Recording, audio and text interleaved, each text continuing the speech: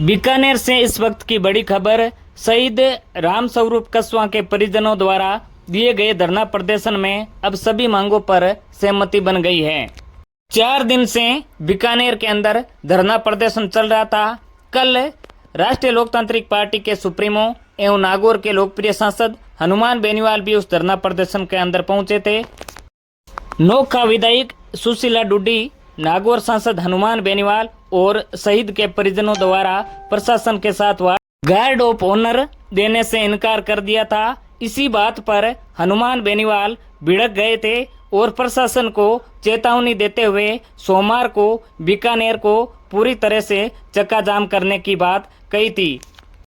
हनुमान बेनीवाल के बड़े ऐलान के बाद आज प्रशासन ने सभी मांगों पर सहमति जता दी है।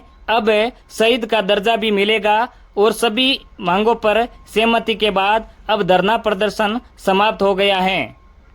हम आपको सुनाते हैं कि हनुमान बेनीवाल ने किस प्रकार प्रशासन को अल्टीमेटम क्या रहा। फैसला सोमवार को हजारों की तादाद के अंदर किसान के बेटे इस बीकानेर कलेक्ट्रेट और बीकानेर को घेरेंगे। चारों तरफ हाईवे जो लगे हुए बीकानेर के, उन पे किसान के बेटे ही नजर आएंगे, किसान के झंडे नजर आएंगे, तिरंगे नजर आएंगे। हम इस किसान परिवार को न्याय दिला के दम लेंगे, इस शहीद परिवार को न्याय दिला के दम लेंगे। सरकार नहीं चाहती कि समझौता हो, सरकार के अंदर बैठे कुछ लोग नहीं चाहते कि समझौता हो। 5 दिन हो गई शहादत दिए हुए, कोर्ट ऑफ इंक्वायरी की बात कर रहे हैं। अगर कोई व्यक्ति सुसाइड करता तो सुसाइड नोट नीचे लिखता है, न सुसाइड नोट है न कोई बात है। लेकिन हम सब गार्ड ऑफ ऑनर दे देंगे, फायर नहीं करेंगे, हम ये कर देंगे वो कर देंगे। अरे पैसों के लिए थोड़ी बैठे हैं हम, मान सम्मान के लिए पैसे। हम हमारा समाज इतना मजबूत है, हम इकट्ठा करके इसको दे देंगे।